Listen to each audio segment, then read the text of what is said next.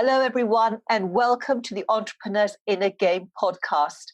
I have a fantastic guest for you today. Her name is Jane Sagalovich, and she is the founder and CEO of Scale Your Genius, which helps experts reclaim their time, scale their impact, and make more money by helping them create and launch profitable, sustainable, and scalable online programs in the area of their expertise. Jane, a very warm welcome to the Entrepreneur's Inner Game podcast. It's such a joy to have you here with us today.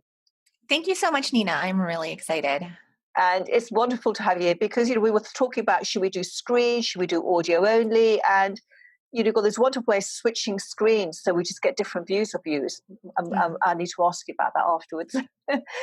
But let's dive into mindset and your inner game, because this is such a big part of being an entrepreneur, isn't it? Wrestling with our thinking, trying to, make headway and then falling backwards because we limit ourselves with what we say to ourselves. So can you share with us your journey, how you came to be doing what you're doing today, and what role your mindset has played in getting you here? Absolutely, Nina. And I love this question. And one of the reasons I love it so much is, the beginning of my career, I spent 18 years in corporate. And if you asked me about mindset then, I would have no idea what you're talking about. And the thought of mindset, the idea of mindset and the importance of it really came to me a couple of years into my entrepreneurship journey of when I'm like, okay, I'm doing all the same things. Why are things not working anymore? So just really quick, overview where I came from. I spent 18 years in corporate strategy, finance, and then mergers and acquisitions. So, high level, fast paced, quote unquote, important roles that felt really amazing to my ego, but left me yearning for more. About eight. So then I've been on my own. I've been out of corporate for 6 years, 4 years with a partner and 2 years on my own. And about 6 years ago, about 2 years before I left corporate, I went to a yoga retreat that I really think kind of changed the trajectory of my life from that point. It was the first time I've ever journaled. And I think a lot of people who are entrepreneurs now who are into the mindset game, they're like, well, duh, journaling is kind of like mindset 101. And it was the first time that I had any sort of insight into what is happening in my brain. Everything before that was so outwardly focused. It was, I'm going to do this. I'm going to, get the degrees, get the jobs, do a good job at the jobs, get the promotion, get the next job. It was, I had no idea that there were things going on inside of my head that were driving that. And I had zero visibility to it. So that yoga retreat down in beautiful Costa Rica, we were journaling twice a day. And I'm like, oh, there are things going on in my head that are there. And I just had I knew in hindsight, I guess I could say I kind of knew there was an inner dialogue, but I just had zero awareness of it. So I'd say that was probably the pivotal point that really made me look inside and see, what am I doing? Why am I doing it? Why am I here? What else is there? And that began the discomfort and the discontent and just really knowing that what I'm doing isn't totally it. And I didn't know why or how. I didn't have, in hindsight, I know all of that now, but in the moment I just knew that there was more, that didn't really feel right. So I left. I had a good friend who was starting a consulting business. And I'm like, that's it. I wanted what I realized through my journaling is one of my values was impact. And so working in corporate, there could be a big disconnect between the work you're doing on a daily basis and the people you're making an impact on. So in my roles, I was making money for shareholders, which is awesome. And I have, no problem with wealth creation and making money in the public markets. But I didn't have any connection with the people I was having an impact on. And so it was just really hard to be excited to get out of bed in the morning and go to work and work hard. So starting the consulting business, we were able to work directly with small business owners. And that's when I really understood how important it is to me to see the impact that I'm making on the person on the other side, the small business owner whose life, not just business, but whose life can be so much better as a result of us working together. And so what was interesting, especially when it comes to mindset, is my partner was just a brilliant strategist, and we were working on all the strategy stuff. And as we were working together and I started going deeper into my mindset work, I said, okay, we need to bring this to our clients because we can't talk about just strategy. So that was a little bit of my part of the business, is how do we bring that work to our clients? And just thinking, how much deeper I'm in it now. It was fairly surface at the time and still way more powerful than not doing it at all. So then a couple of years ago, that partnership unfortunately fell apart, as partnerships sometimes do. And I've been fully on my own for 2 years, which has been a whole new level of, I'd say that's where the deep mindset work really started, when I had to be the face of the business. With my partner, I was able to hide behind him, and there was someone else to blame. There was someone else to take credit. And then when that goes away and you are the face and the name and the person of the business, that's when it started going really deep, really fast. And how was that for you, suddenly becoming visible and being out there?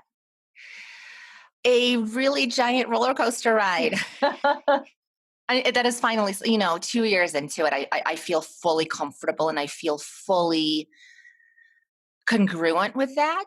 I remember, so the first person I hired was a messaging coach.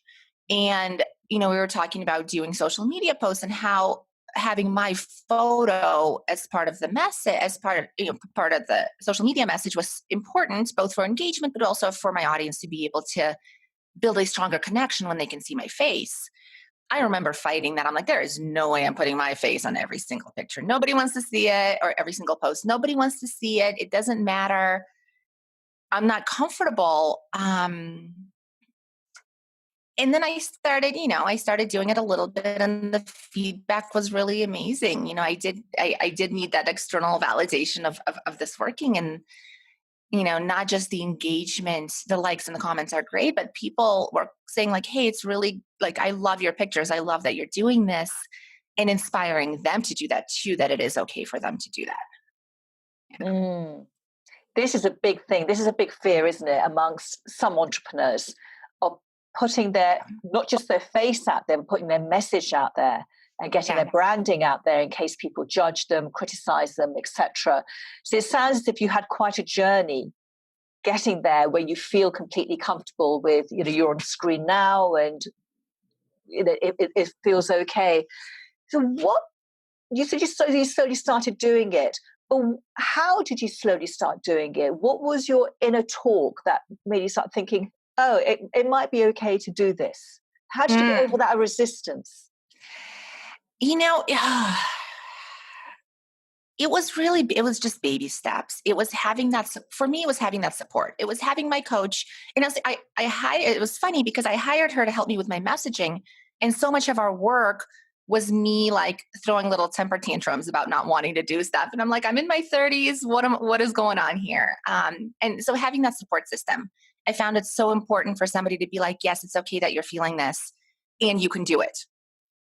So I think I just remember some of those early social media posts, almost like putting the blinder, like closing your eyes and hit post, closing your eyes and hitting send on that email, being like, I am so scared and it's okay to do it anyway. I'm so scared and I am so connected to why I'm doing this. I am so connected to my vision of what my business is doing in this world, that this discomfort in the moment is, I get to have this discomfort in the moment for me to reach my vision. Yeah, and that's a really big thing, isn't it? It's being connected to your vision, which overcomes the resistance. It's almost like a seesaw, in which bit is heavier, which is going to, win over the other side. So tell me about having this vision for your business, and impact, I'm getting, is a really big value for you Yes. in serving. Is this something that was already within you, this vision, or is it something that you paid attention to and built? How does that come about? I'm always curious about how people have their vision, because some people have their vision and it really drives them and motivates them. And other entrepreneurs, they don't really quite get hold of their vision, and therefore they don't take action, and they find lots of reasons not to move forward. But the action is really, the vision is such an important part. So did you just come to your vision? Did it just bubble up inside of you, or did you search for it? It's a great question. And my journey was actually really interesting. I didn't have a vision for a while, especially, and I'll come back to my corporate days in my early business. It was less than of a vision and more of just the ladder that society gives you, right? I was just following the checkbox. I was checking Mm. off the boxes that I'm supposed to do. I was climbing the ladder that society told me I had to climb. So there was no, did I want a C-suite position at a big company? Sure. But it wasn't a vision as much as it was a check the box moment. In my first business with my partner, I enjoyed making an impact and I had a income number that I wanted. So again, not really a vision, just a goal. It drove me because I wanted to earn that money, but it wasn't, I just remember my day to day wasn't like, oh my God, I'm so excited to do this as much as it is now with a vision. It was like, okay, I'm going to show up. Yes, it's cool. I'm making an impact. Yes, it's great, earning money, but there was no bigger. So then when I created this business, again, it came out initially out of my other business imploded, like out of, for me, very surprisingly. So I was thrown into this vacuum and of just loss and really not knowing what's next in my life.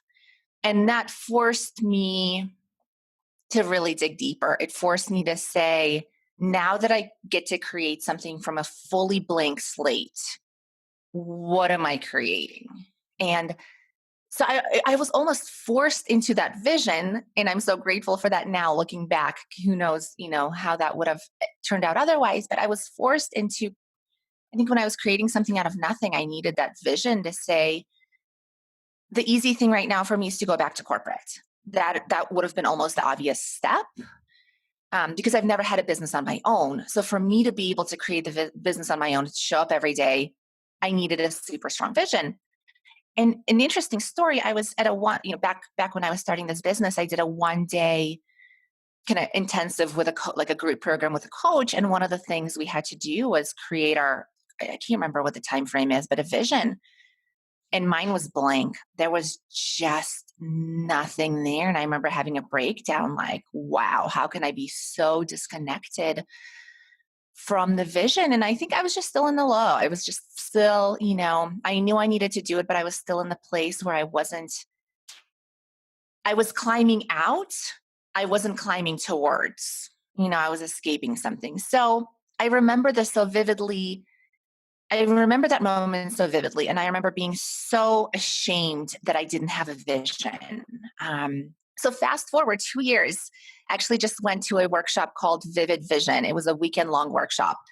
And I was like, my vision, we did a 3-year vision. My vision is so clear, so defined, feels so achievable and beautiful and powerful that I just love looking back at that moment 2 years ago with a blank, there was just absolutely nothing there, and seeing the progress and seeing the difference. And what helped you to create that vision from a blank sheet?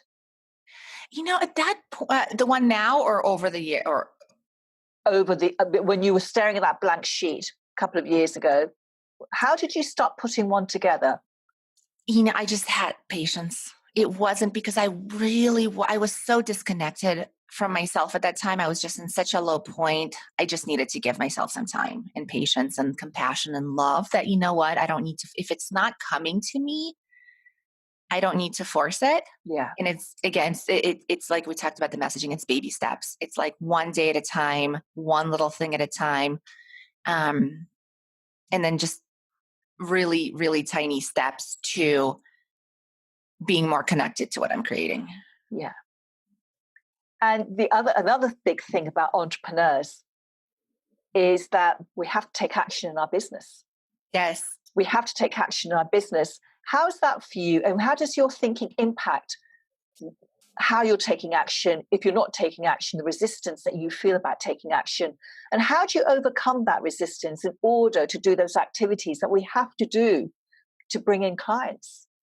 I love this question because this was another one that was so different for me as an entrepreneur. And, I'm not sure if a lot of the people listening also did the corporate to entrepreneurship jump and all the stuff that kind of comes with that transition. But, in corporate, you do the things you're supposed to do. There's kind of no questioning action. It's just given to you. It's part of the corporate structure defines the action you're taking. And sure, I led teams and I was in higher level roles where I did create needed actions, but again, completely different than as an entrepreneur. And one of the things, I'll tell you the lessons I learned about my brain and why I struggled taking action for so long as an entrepreneur is the first thing my brain really enjoyed is certainty of outcome.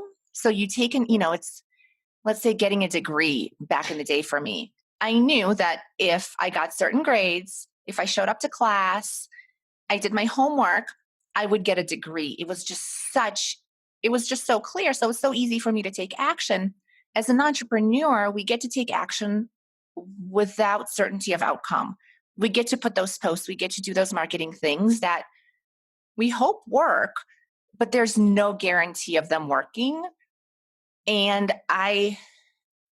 in the beginning of my entrepreneurship journey, was really looking for those quick wins. And if I wasn't getting them, I would give up way, way, way too early. And I'm sure as people listening, know marketing strat, like it takes a while. It takes that daily commitment, those daily practices, constantly putting yourself out in front of your ideal clients for them to get to know you and want to work with you. And I'm like, one post, no reaction. All right, this does not work. I'm out. So I really wanted those quick wins. So it was a lot of self-coaching to get out of it. It was a lot of self-coaching, and I've had coaches along the way. They're like, you get to stay committed to the vision and keep taking action for a certain period of time. Let's say you say, if this is a marketing strategy I want to take, I'm going to give it 3 months and I get to just do it. I get to show up and do it for 3 months and see what happens. And then disconnect from the need for the quick wins. Yeah. So what works now is a commitment to my vision that I'm so, so, so clear on now.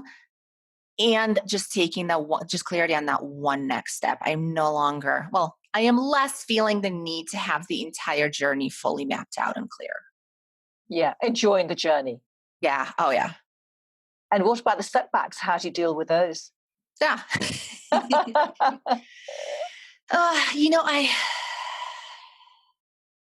My process now, before, for a while, I thought a setback was like the end of I thought a setback was a red light. I thought a setback meant you're done.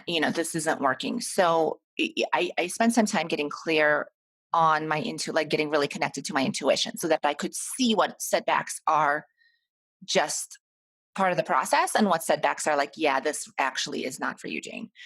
So how I deal with them now is I give myself a period of time, usually less than 24 hours, to just I call it be a hot mess. Like if I want to go have wine and cake, I do that. It's kind of like whatever my body is asking for, to just go down in it. Sometimes it's healthy. Sometimes it's going into nature and journaling. And I love Christine Hassler's work. She has a book, Expectation Hangover, and she has some amazing, amazing practices in there. And sometimes I'll go into those, and sometimes I'll just, have a bottle of wine and cry and be pissy and, not do it the healthy way. But I set a limit to it's not, it's like I get one night of this. And then I get to my step 2 is dive really, really deep into self-care to just reconnect with that love and compassion I have for myself and reconnect to my vision and, do the healthy things. And I find about 24 hours, I'm out and I'm back and I'm really excited to take action again. Fantastic.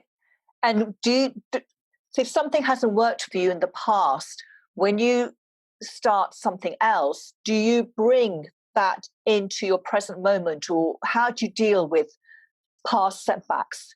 Do they play a role in your present moment in the activity you're doing, or do you have a way of managing that stuff and putting it to one side or letting it impact what you're doing now?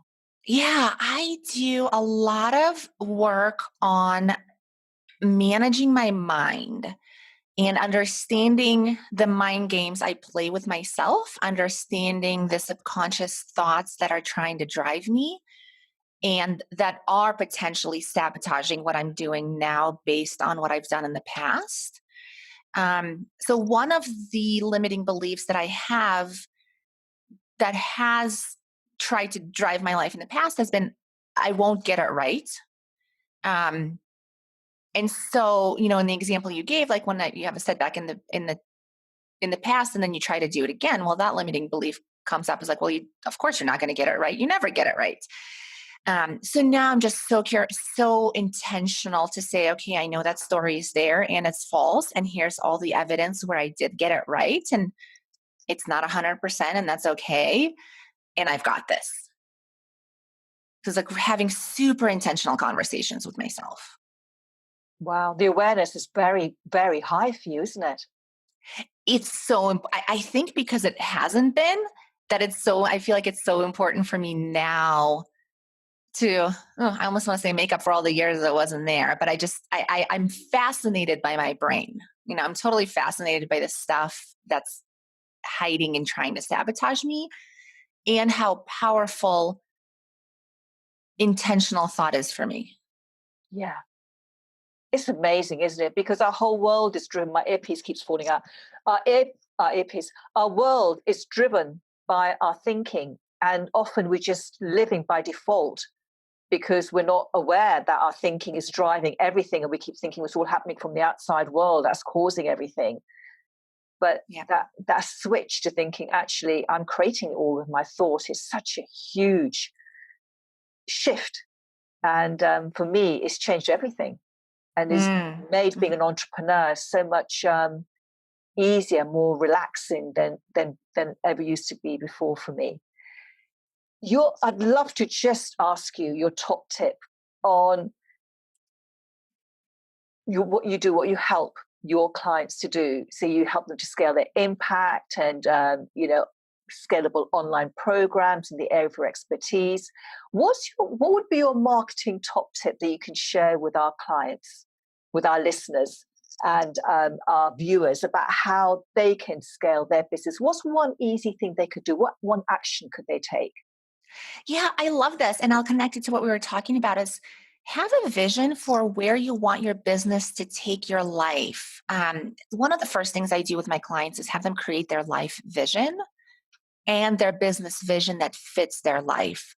A lot of people talk about scaling their business as I want to make 7 figures. I want to do this. I want to do that, without giving a lot of thought of what that actually looks like and what it'll do to their life. And a lot of people get there and it's not what they thought it was going to be. And so being really intentional about what you want your life to look like. So if you don't have a life vision right now, create just a simple, where are you? Who are you with? What are you doing? Are you traveling the world? Are you, living in your dream home? And then the next step is that business vision of same thing. What does your ideal workday look like? What does your team look like? How many clients do you have? What kind of clients? How much money are you making take home? And that really clarifies what scaling will mean for you. I know a lot of people, especially in the coaching consulting space, a lot of people love serving clients. And then they say, okay, I want to make 7 figures. And they do the things that take you to get to 7 figures. And all of a sudden your day-to-day is managing a team. You're no longer serving clients. And if that's not where you want to go, then that's kind of failed scaling. So I ask that people get super, super, super clear on why they want to scale and what they want life to look like on the other side. And then it's fairly simple to get there once you know where you're going and what your vision is. Yeah, I completely agree. Having the vision is so important because it reveals your big why you're doing this. What's your passion? What's your purpose? Because we could be doing anything. Why you're particularly choosing to do what we're doing, and how can we share it with the world? I think it's such an important first step. I really love that. Thank you. So Jane, how can everyone find out more about you and your work? Yeah, absolutely. So I have an awesome Facebook group. You can go to thegeniustribe.com and it'll redirect you into the Facebook group. You can also check out my website, scaledgenius.com, and I have lots of free resources and guides on there too to help people.